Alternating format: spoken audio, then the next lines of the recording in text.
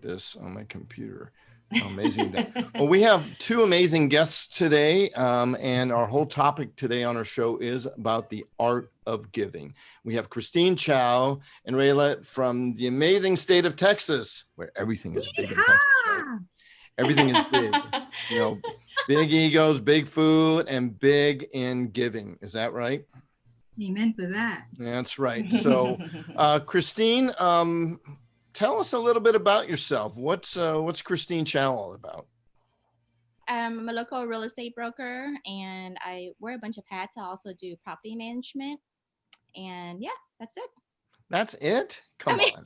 I won't ask you more. Well, we know you're all over. You know.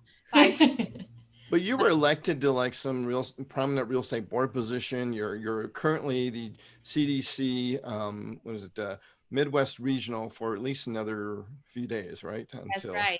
We had our meeting today. It was nice. Yeah, is that right? Okay. It's not bad, but nice. Okay, well, Nari, we have another guest on the show, I think. Yes, we do. Who do we have? Is it Rela? Yeah, yes, it is.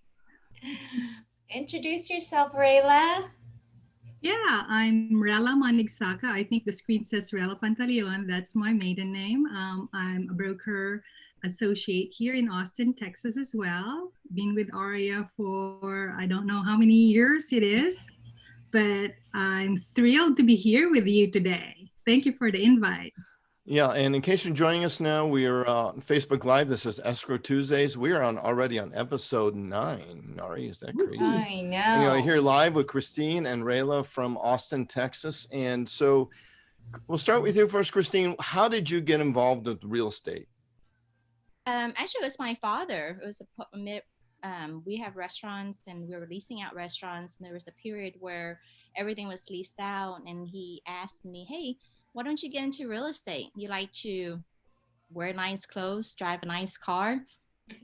That's all it takes, right? You like to talk. That was my rationale. I remember too. I'm like, going, hey, I get to wear a suit every day, have to drive a fancy car, and then go into houses. Hey, I'm like, go eat fancy food. I'm into that. Absolutely. You like to wine and dine people. You know, you'll be so good at it. That's all it takes, right? You don't have to do anything else. Are you good at having a boss, Christine?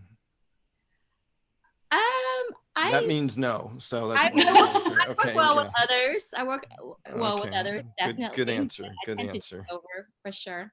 Yeah. Okay. Oh, and then so I got my real estate license, and I love it. I thought I was gonna have a lot of free time and you really thought do my schedule. And not a big deal, but it's actually quite opposite. I work 100 hours a week and on call every day. So, but I love it. It's super fun. All right, Nari, let's give the same drill to Rela.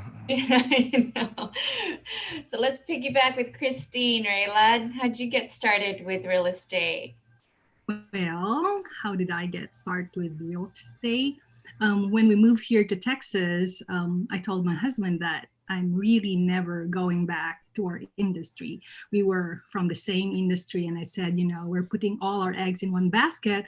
I better find something that I'd like to do, because I wasn't really liking what I was doing for decades already. And I stumbled upon real estate, sort of stumbled because I had a friend, we were doing some masterminds for some online thing, and she was a licensed agent, but she was doing apartment locating, and she said, go get your license and we'll partner together, et cetera, et cetera. And so I did. So that's how I got into real estate. It was more like, you know, I don't want to go back to what I was doing before. And then I saw this like opportunity, and I thought I would be good too, because, you know, when we moved to Boise, Idaho, when we first immigrated here to the US, I sort of navigated through our first home purchase, which was also a custom build. My husband was the one who sort of drew what we like to do in the house, and we had a builder build it. And so, so I thought, you know, I can do that. Yeah, I could do that. Easy. Take some test and, you know. That's right. Yeah, buy a fancy gun. No, it is, you know, that's what a lot of people start. I started off that way. You know, I've said, had an agent that found us a house. I'm like, yeah, I could do that and figure that part out. All right. Well, Christine, I know we talked a little bit about, your time that you give to Ariya, which we really appreciate a lot. So the question is, how did you find Ariya, or how did Ariya find you? Yeah, originally there was another kind of like Asian real estate group in Austin, and so we were doing that with ABOR for a little bit, and then it kind of got dissolved. I kind of forgot what the details were, but then one of the founder members, Hong, was like, "Hey, I want to invite you to not really a meeting, but kind of like a get together on a national group called Ariya." And so I was open to it. I went there. I thought Ariya had such a long, fancy name, Asian Real Estate Association of America. And I was like, of America? I was like, wow. And so, I met everybody. I thought everyone's friendly. One of my passions is always giving back to our community. So anything Asian, women, children, I'm all in. So I felt like I'm an easy Ariya sell, you just have to ask me. I'm like, I'm in. So you were not chained to a chair or tied to something and fed the Ariya Kool-Aid against your will. It took me a little while. Like, hey, mix it with some vodka, it's down the hatch. It took me a while to drink the Ariya Kool-Aid. I was not really fighting it, but you don't really get Ariya. You don't really have that passion for Ariya right when you go in, right? But I think just being around other leaders and meeting other I call it family members. I can't imagine being a part of another group. Yeah, it is an amazing organization, especially concerning giving back. Because if you do give back, if you give, it comes back to you, right? I mean, it's not just a one-way street. And it's all volunteer. I have people ask me all the time, do you get paid for this? I mean, I see you traveling, I see you doing this and that. Do they like give you a stipend or anything? I was like, no, it's 100% volunteer. Yeah, I gotta pay for my own drinks. I was like, if I only do just buy my drinks, I'm good. But I'm just kidding. Well, but people don't realize you do get it. It does benefit your business and stuff if you strike the right balance of giving and getting exposure with it and helping yourself in your career. Because giving is great if you're independently wealthy or sitting on a huge trust fund or something, but we all have to make a living and survive. And if we are not equipped to give, how can we give, right? You have to have some money to be able to give money, right? Mm-hmm. Something like that. Yeah, I think it's been great. People ask, have you gotten referrals? I mean, that wasn't my intention coming in, but I've definitely gave us a lot of exposure, and I'm very blessed to have referrals. And so, yes, it has come back for sure in that department. Yeah. Right. That is true. Yeah. And how about you, Rela? Did Ariya find you? Sort of, but I also found Ariya at the same time. One of the founding members, officers of the Austin chapter is a good friend of mine, Helena Kui. And when they started putting this together, I was like curious. I was like, okay, I'm Asian, I'm in real estate, But then she said I can't remember what she said, but something like they wanted to make sure that the right people were in. I was thinking, am I not the right person? Yeah, but anyway, I went to the what do you call that? That inauguration, the installation and the launch. And okay, I saw the people, and I saw what they were about, at least on paper. And so I said, oh, okay, really, I'm Asian and I'm in real estate, so maybe I should join this. And so after that, my friend started recruiting me and says, sure, I want to help because, that fits me. And it started from there. And I've been with Ariya for that long. So there were only a few of us. Yeah, there were only a few of us at the OnStart. And so if you want to work, here's what you got to do. here's your position. And so I said, oh, okay. It's called I have to do this. I have to voluntold. figure this out. Yeah, there is an unwritten book or part of the bylaws where they teach you how to trick people into volunteering for stuff, right? Of course, it's not trickery. It's just, because we want people that are passionate, yet we're a little afraid of people that go gung ho. I want to do this. I want to be president. I want to do that, right? We want people that are a little humble and reluctant, but will, give with passion, where it's not about titles. It's about the fact of art of giving. Yeah, and in fact, I just recalled, they put me into something, membership or community outreach or something, but it had a VP attached to it. And I didn't realize that, when it had a VP attached to it, that you're next in line. And so they were telling me, okay, you're next in line. I was like, I thought I was just doing this membership, get more members, and if you're not going to do it, who's going to do it? That's right. Rela, are you giving secrets away? Right? I know. Scare people into coming to Ariya. It is election time. I think the chapter is more aware now. If you get that VP title, be prepared. But I didn't know that was the case before. I thought it was because this is a committee and therefore it's a VP position. I didn't know it was like VP because you're next in line. But okay, it all worked out fine. Learned a lot.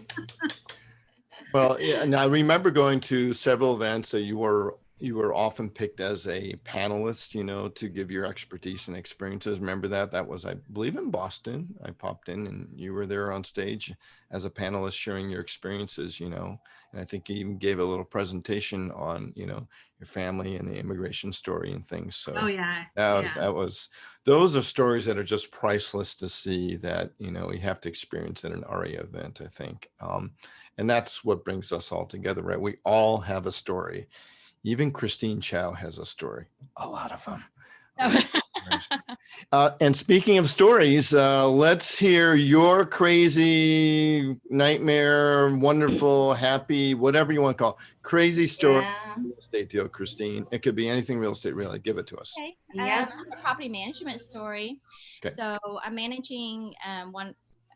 I was going to say something, but I'm managing one of a property and my contractor. So it was a unit vacant. My contractor went there to do a make ready, and then he walked in and there was 2 squatters doing drugs in the closet. And he's like, oh my God, what do I do? And I said, kick them out, call the cops, And so he called the cops, and while he was waiting, the people were startled, and then they left. And then so they just went upstairs to another unit that I had, and then knocked on the door and went into another unit. And I was like, oh my gosh, really? They're so freaking bold, right? And so my contractor didn't want to know what to do and was waiting for the cops. I was like, okay. So I sent my assistant manager over there and then knocked on the door. The cops came, they knocked on the door, and they said, oh, we smell weed. We smell something coming out the door. Sorry, new rules changed now. I can't do anything about it. So, right. So we knocked on the door, and we no one answered and couldn't do anything about it. Wow. And so just kind of hung out for a little bit, and yeah, that's it. It's crazy. So you decided to just join them, right? You couldn't kick them out. So you just got in the closet with them. You got any extra? No, I'm just kidding. Yeah. Well, you're right. I mean, a lot of stuff has changed, right? In laws in California, I know there's, it's not federally illegal as far as the use of cannabis and stuff, but there's some interesting fine lines where it's, state legal, but not federally legal, and rules about can you allow tenants or, owners to, have, or neighbors to have, growing stuff. I mean, it's just crazy. Yeah, I mean, now these days, I feel like with the pandemic, I mean, there's a lot of laws that's really protecting the tenants, right? But who's protecting the landlords? Who's protecting their interests? Well, there's unintended consequences, right? You help one end of it, that affects the other end, right? If you tell tenants they don't have to pay rent, well, what about the landlords and have to make payments, for the property? So it's kind of an interesting thing. Yeah. Well, thank you. That was, you never want to find that, and it's always kind of uncomfortable to deal with. Yeah. That's why I would Anything tell and my- everything. Yeah. Interesting. Yeah. So anything and everything can happen in escrow. And we just heard one. Rela, you have another example or a story? Sure. Yeah. So I work almost 100% by referral. And I say 100% by referral because there's a few times that I just don't know where the people who become my clients come from. Somehow they find me. And so there was this one time that I got this lady who was a buyer. And so, of course, talked to her, got to find out more about what she's looking for, etc. And then during the financing conversation, I said, okay, so how do you plan to buy the house, finance, cash, or whatever? And she said, yeah, cash. My husband has money in the bank. And so I asked for the proof of funds because, of course, I'm not going to go out there and show houses without any kind of proof of, pre-qualification or financing. And so she gave me the proof of finance. It looks good. It's from a well-known bank. And so You mean a well-known mattress? Is that what you're trying to say? No, it is for I have well-known the bank. funds are in the Sealy Bank. That's right, or the Rest Bank. Yeah. That's right. Yeah, and since I didn't know them from, John from Matthew, I Googled their names.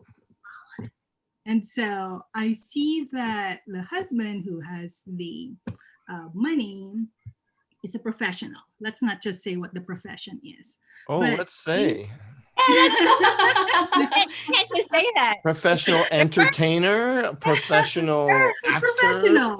And professional. so, but in that Google search, I see that his license has recently been, let's just say, removed. And so I said, okay, maybe they have some saved amount and this is what this letter is all about. So, I worked with her, found the house. They inspected the house, did the walkthrough after the repairs. They both came to closing the first time I met the husband. And then when it was time to fund it, it was like, okay, what time are you sending wiring?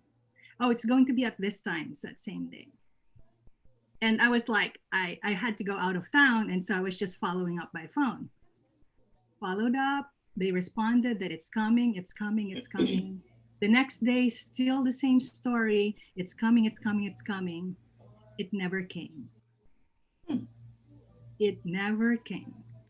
I was so embarrassed for, them not closing. And of course, I had to make up for it with the title company and, the other agent. I had to profusely apologize. And then, I still reach out to them and ask, hey, what can I do, whatever. And they disappeared. I knew they were living in a hotel. I called the hotel. They checked out already. The bank that they said they had money on, I had a friend in there. I called. Of course, he couldn't tell me a lot of things, but he said, I don't know how they can buy that kind of house. Mm-hmm. And so it's a sad story from that standpoint, but I learned a lot from there that, you really have to verify beyond just what they give you. Yeah, I think we could all, we've all had, stories about that. Right? I'm sure in escrow, Nara, you get calls, it's time to wire the funds or whatever, and wire's not in, and the buyer and agent and the selling agent's calling you like every 5 minutes, well, is the wire in, is the wire in, is the wire in? Nope, and the down payment never shows up, and same story, Rela. It's like they disappear from the face of the earth, right? Wow. It just... I'm not alone then. No, are you kidding me? That's crazy. Buyers and sellers. I know they spent this much amount of money on it and time. I'm like, oh wow. They lost their earnest money, right? You got the earnest money. Could be. lost the earnest money, definitely. Well, on that, but you did give your time, right? Without prejudice. You Oh, tried to help yes. them out. It wasn't like they gave you a retainer to work on this deal, right? You did it. You Yep. trusted them, and Zero. yeah. Well, What we we are do. going. Yeah. On that note, what we're going to do now is basically,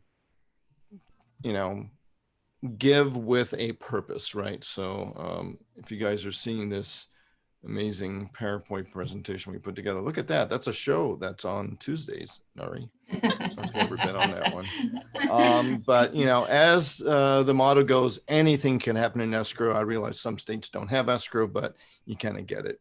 So we just went through that. Thank you for sharing. It's always a tough one, right? With deals falling through with, having cash and things of that nature. Rela, where was that shot? Oh, that's in Yosemite. Wow, it's gorgeous. Yep. Love it. Was so happy to be there. I didn't know that there was. I didn't know there was a Yosemite. I could tell. I didn't know there was a Yosemite in Texas, but I imagine Texas has everything. All right. Well, so we've got the top 5 list on the art of giving. Such an important thing, and it's just something that Ariya people and members really do, I think, a great job at. So the number one thing is, and I'll pose this question to Rela, volunteer time, right? It's not always that you have to give money or donations to, right? Oh, definitely. There's many ways that you can give back. And like you said, like what you said in here, time is one of them. And there's many ways to give back time. For us within the Arya Nation, volunteering to be part of the board, part of a committee, part of even just manning an event. There's a lot of things that needs to happen and lots of man time that's needed to make things happen in an organization. And we definitely run on volunteer time and volunteer blood and sweat. So well, there you go. That's one way to do it. Yeah. If you're an Ariya member, you've already checked off number 1. So yeah, on the chapter level, at the national level, there's many opportunities. You just have to raise your hand. Sometimes, don't wait for people to find you. Raise your hand because we can always use that time that you have. Right, the art of being voluntold. Yeah, we Tran told me that one from Ariya Tri-County. Oh yeah. Yeah, there's other many ways to give back your time, and it's not just in an organization like Ariya. There's your local board. There's the wait, Rela, that's like number 2, 3. Yeah, that's number 2. We're just about to say number 2 for Christine. How else can we give back? I always like to give back locally. There's always a lot of local events around town. It's a lot of time always advertised everywhere. So, especially the holidays coming up, there's always, coats for the winter. There's always camping drives. If you have time, I always say, volunteer at the food bank. I mean, I don't know how it's going to be this year, actually, right? Yeah, I mean, how is even holidays going to happen? It's just a big old question mark, right? But right. Yeah. So yeah, just get involved with your, just locally, and then so that's my favorite thing to do too. So. Okay. Yeah, and there's different. No. Go ahead, Rela. Yeah, just a number 2. There's other, ways you can volunteer locally. If you're part of an HOA, the board in the HOA are all volunteers. They don't get paid, but they usually get a lot of eggs thrown at them. But that's really something that needs help on, and that's one way to volunteer locally. Also, there's many nonprofit organizations in Austin, for example. We have websites that shows different organizations that you can volunteer on, from animals to children to, battered families, food, etc. There's different categories. There's a lot, huh? Including Asian homeownership. Definitely. Right. So here's another interesting way to do it. And I think this question was for Rela, and that is, you know, a lot of people do this for their birthday or something, right? And that is to start kind of a GoFundMe or kind of a match program where I'm going to donate X amount. I want you to, you know, join the vote. How does that work? Yeah, GoFundMe is just one of the platforms. There's Right. many, but you know, specifically to GoFundMe, a lot of people use that typically for specific things. I know that an organization, local organization that I helped back in the spring when all this coronavirus was going up. It's called COVID Rangers. And what we did was actually sew masks and then give it to like hospitals, medical facilities, and they used GoFundMe to collect money from people because not all people can, you know, cut cloth or sew, but they can give money. And so that's one way to do it, to sort of complement what other nonprofits are doing. But like I said, GoFundMe is just one of the ways. There's many other ways. A small example is that like October is the Filipino American History Month. And there's a new movie, Yellow Rose. I think a lot of you know it because Dayan Paragas was in a keynote speaker back in Ariya in Boston, I think.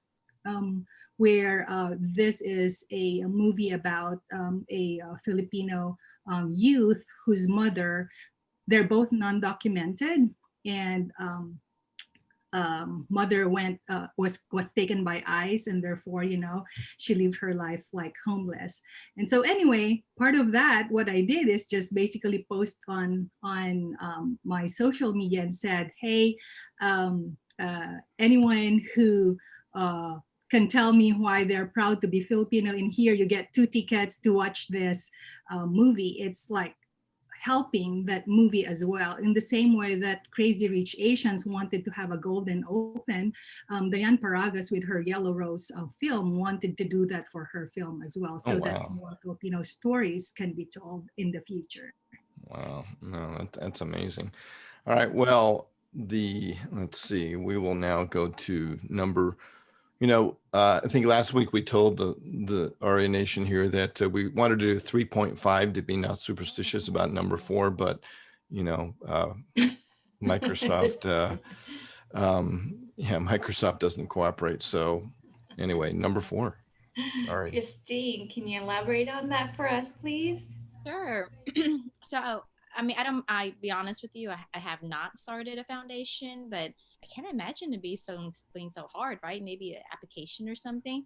But I think, you know, if you're really passionate about something and you can get your friends, maybe some family members are involved, and really get excited about it, I'm sure you can start your own foundation if you want to go all the way through. So. Yeah, I think there are several, you know, Ariya members I know that have started ones. Maybe it happened because of a certain event.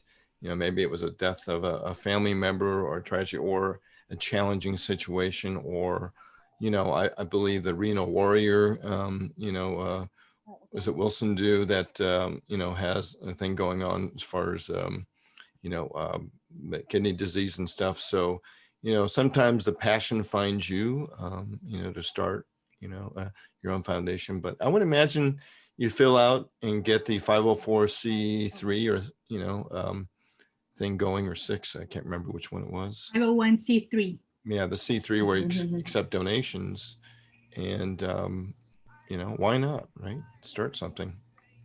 Yeah. I know that, you know, like I have family back in the East Coast, so each the siblings actually created a foundation, and they named their foundation after the first letters of their names. And what they do actually is like, you know, go back to the Philippines where we're from and use the funds that they collect to actually give back there. Oh, that's awesome. Well, number 5 is dear to all of our hearts, with, you know, with so much volunteerism going to usually our number 1 passion, which is Ariya. So, and that is number 5. Rela, what is this all about? Yes, so Ariya Foundation is Ariya National's Foundation. And I say that because, you know, Ariya is a national as a membership organization. That is our main base, basically, in the same way that board of realtors in different cities, they have their own foundations, and their base membership is the membership of that particular board. Now, we have a very similar mission as Ariya National, but in the sense that it applies it into practical terms of really putting the housing under roof under the heads of people, and helping in disaster relief, and focusing as well on veteran housing. So those are the three main thrusts of Allya Foundation. And there's, like what we said in here, a couple of numbers in here. There's many ways that you can give back to Allya Foundation. Time being one, I think we talked about that a lot. And if I may borrow the 5 T's that my husband, you know, recently told me. Okay. One is time, okay? The other one actually is talent. So if you're good at like social media, we definitely need help in there. Right. If you're good at organizing events and fundraisings, then we need you there.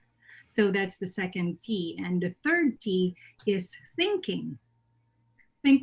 We need people to plan out stuff like fundraising events, and even, you know, outreach to the members. So for some people, they're idea makers, but not necessarily implementers. And so if you have those ideas, you can give it to us. That's your contribution, and we can find people who can help us implement it.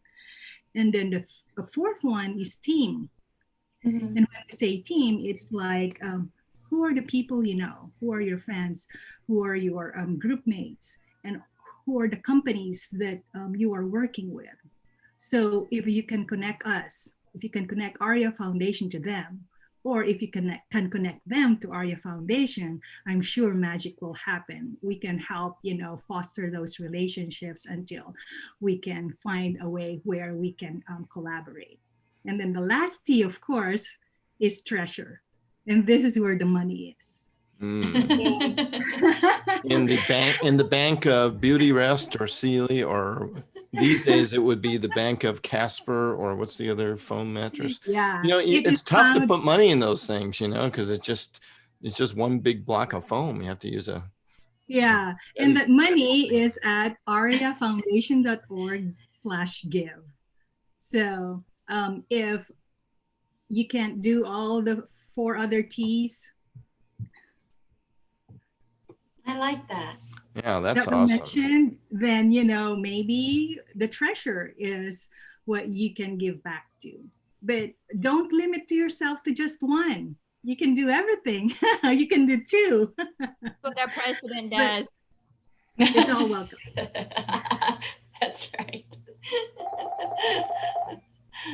Yeah, well, this is, I'll show you the, real quickly, the Allya Foundation webpage.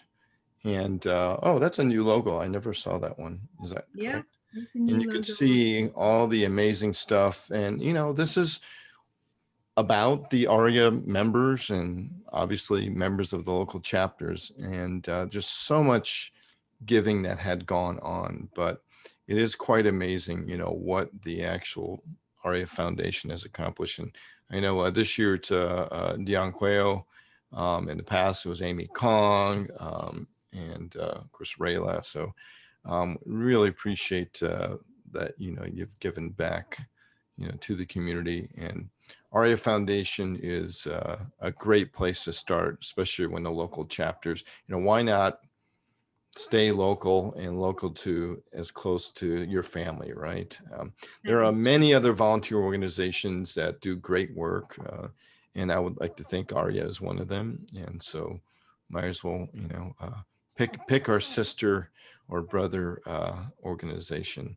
So that is true. So just a specific example, Charles. So for this year, we've chosen to partner with Homes for Our Troop. okay. Wow. And we have an Asian veteran who lost an appendages, plural. And we're building a home for him in San Antonio, Texas. And so that is where your money is going. If you want to go extra beyond that, there's many kind of partnership that even Homes for Our Troop is offering. Like, you know, you get the badge if, you know, you donate this much, but it is going through Allya Foundation. So Wow. just so you know. Well, thank you so much. Nari, we'll let you wrap it up with the conclusion or the moral of the story. Moral of the story, giving is always better than receiving. Wow, that's right. Yeah, it always feels better, at least to me, right? It does. All right. Well, this is going to be a closing to a wrap here on episode 9 of Escrow Tuesdays. And just a quick reminder, on next week, we are going to have the one and only Chris Lim. I don't know if you see, let's see, we're going to stop that share here real quick and open up his photo here. Where did you go, Chris? Okay, let's see if I could show him his picture. But he has a show called The Flip. You guys see his picture? Not yet. Not yet? Okay. All right, forget it. It's not working. But anyway, he's going to show us how he's the king of flip. Yeah, I don't know why I can't get, I think he has a Facebook page that I could probably show real quickly here. Let's see, Chris Lim, the flip. Where does he does flips in? Which city? I think basically in, yeah, here we go. He does it basically in the Los Angeles area. Okay. So I'll just show you here.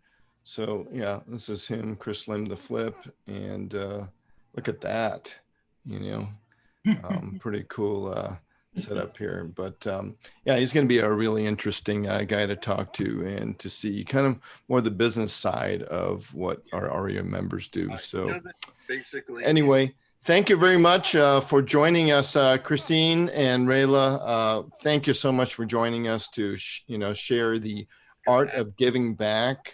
This is Charles Swaberg with Escrow Tuesdays, and that's right, where anything could happen in escrow. This will be uploaded on YouTube, so don't forget to attend the Ariya National Virtual Convention. We'll see you next week with Chris Lim. Thank you, Christine, Chau, Rela, Nari. It's a pleasure. Till next time. Till next time, take care. Bye. Okay, we start the stream now. So thank you, Christine. I know Rayla's a turn off. All right. Hey, we'll be following up with you and we'll see you soon. Okay.